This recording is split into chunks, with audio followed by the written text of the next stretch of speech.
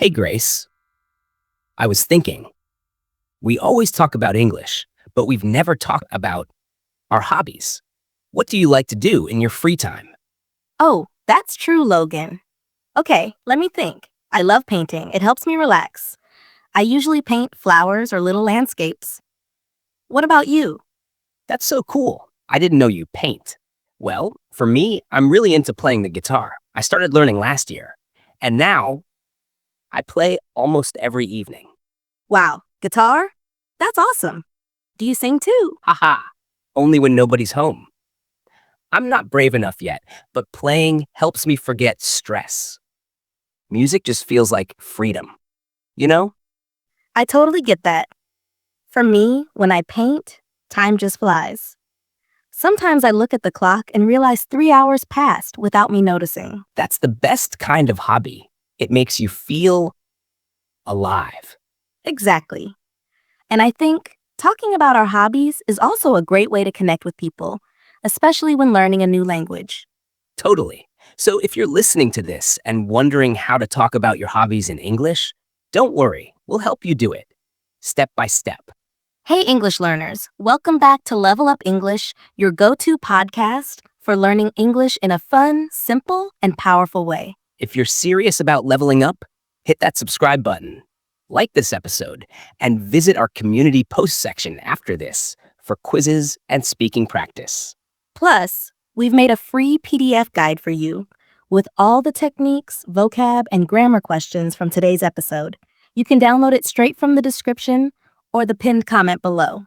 And as always, soon in this episode, our vocab queen Samantha will be here with new expressions to make your English sound smoother and smarter. Talking about hobbies seems easy, but for many learners, it's a trap. You want to sound natural, friendly, fluent, but instead, you panic. Today, we'll guide you through it step by step so that next time someone asks you what you enjoy, you'll smile and own that moment. So today, we're sharing 5 powerful techniques that will help you talk about your hobbies in English clearly, confidently, and without freezing up. But before we jump into those techniques, I want you to hear a story from Grace. It's a real moment that shows how talking about your hobbies, even in broken English, can open the door to real connection. Okay, so today's story comes from one of our amazing listeners, Emily from Brazil. She sent us a voice note last week, and as soon as I listened to it, I paused. Because in just a few sentences, she captured something so real, something every English learner has felt at some point. So here's Emily's story told in her words.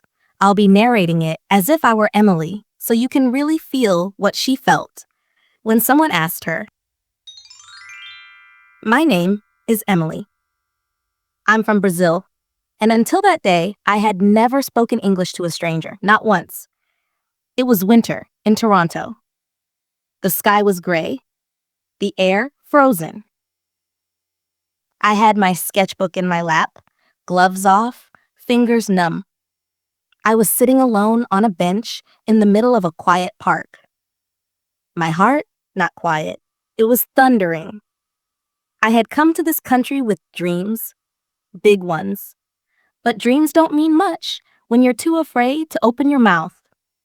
And then she sat next to me, a girl about my age, smiling, friendly eyes. She glanced at my sketchbook. I held my breath.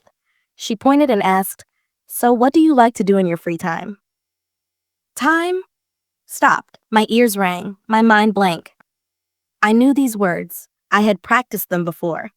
But suddenly, they were locked inside. And the silence stretched forever. I finally managed to say, "I fun, music, draw, sometimes." Her smile didn't fade, but I saw it. That flicker in her eyes. The kind people give when they don't quite understand you, but they're too kind to say anything. She nodded, said something I don't even remember, and then walked away. I sat there, frozen. Not from the cold, from shame. And that night, I cried, not because I failed, but because I felt invisible in a language I was trying so hard to belong to. But something shifted in me. That pain, it wasn't the end. It was a beginning. I stood in front of my mirror and recorded my voice. One line, again and again and again. I love drawing anime. I enjoy music. I said it until my voice stopped shaking, until the words felt like mine, until I believed them. And then, 1 week later, I saw her again. Same park, same bench, same soft smile. She sat beside me, just like before, and asked the same question. So, what do you like to do in your free time? This time, I breathed. I looked into her eyes, and I answered, I love drawing anime characters and listening to K-pop. What about you? Her eyes lit up. That's so cool. I love K-pop too. We didn't just talk, we connected. For 2 whole hours. And in those 2 hours, I found more than confidence. I found a new part of myself. That day didn't just change my English, it changed my courage. And that was Emily's story. Powerful, right? Emily, if you're listening, thank you so much for sharing that. It's incredible how that moment, one seemingly small conversation, changed everything for you. And you know, her story is a reminder that you don't need perfect conditions to start speaking English. You don't even need someone else to be your partner in that journey. All you need is a little courage and the willingness to let your voice be heard. Wow, Emily's story really hit home. Her story reminds me of my own journey when I first started learning English. I used to feel invisible too, like my words didn't matter. But over time, I learned that every small step counts. And it's okay to make mistakes. In fact, it's part of the process. Exactly. And that's exactly why today's tips are so important. So let's break down the 5 simple techniques that can help us all talk about our hobbies in English with more confidence. 1, I like, I enjoy, I'm into. Let's start with the basics. Use these phrases to say what hobby you love. They're simple, natural, and super useful. Examples: I like painting. I enjoy swimming. I'm into gardening. 2, add frequency. Want to sound more fluent? Add how often you do your hobby. This gives your sentence more detail and feels real. Examples: I usually paint on weekends. I often go for walks. I sometimes play chess online. 3, talk about why you love it. Make it personal. Tell people how the hobby makes you feel. That's how you connect on a deeper level. Examples: it helps me relax. It makes me feel creative. 4, keep the conversation alive. Don't stop at your own sentence. Ask a question. This makes your English sound natural and keeps the conversation going. Examples: what about you? Do you like drawing? Have you ever tried dancing? 5, learn vocabulary for your hobby. Want to sound like a pro? Learn 5 to 10 words connected to your favorite hobby. That way you can describe it better. If you love baking, learn whisk, dough, oven. If you love photography, learn lens, focus, light. Use these 5 steps, and no question will scare you again. Now it's time for the magical touch. Here comes Samantha. Hello, English learners. Let's learn hobby-related words that can transform your English. 1, passion, something you love deeply. Example, writing is my passion. 2, spare time, your free time. Example, in my spare time, I play guitar. Get into, start enjoying something. Example, I got into photography last year. 4, chill, to relax. Example, I just chill and listen to jazz. 5, pick up, to start learning. Example, I picked up Spanish during the summer. 6, routine, something you do regularly. Example, reading is part of my daily routine. 7, unwind, to relax after being busy or stressed. Example, I watch movies to unwind after work. Creative outlet, a way to express your imagination. Example, painting is my creative outlet. 9, hobbyist, A person who does a hobby seriously. Example, I'm not a professional, just a hobbyist.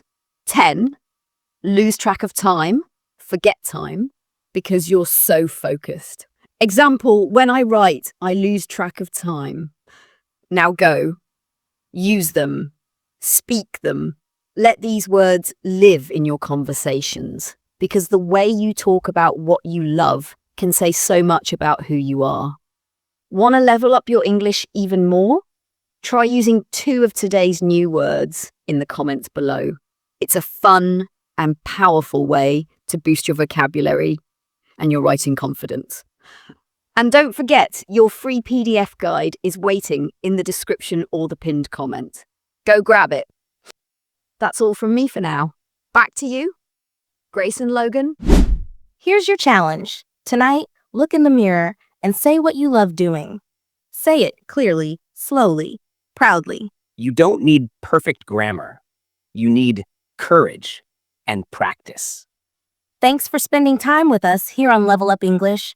If this episode helped you speak with more confidence, make sure to like it, hit subscribe, and hey, if you know someone who's shy about talking about their hobbies in English, share this episode with them. It might be exactly what they need to start speaking up. And don't forget to check out our post section. We've got quizzes and real practice waiting for you there. And if you want to feel more energized, focused, and confident every single day, then you don't want to miss this. We'll show you 5 powerful, healthy habits that can transform your life, one small step at a time. Click on the video right now, and let's build your best life together, starting today.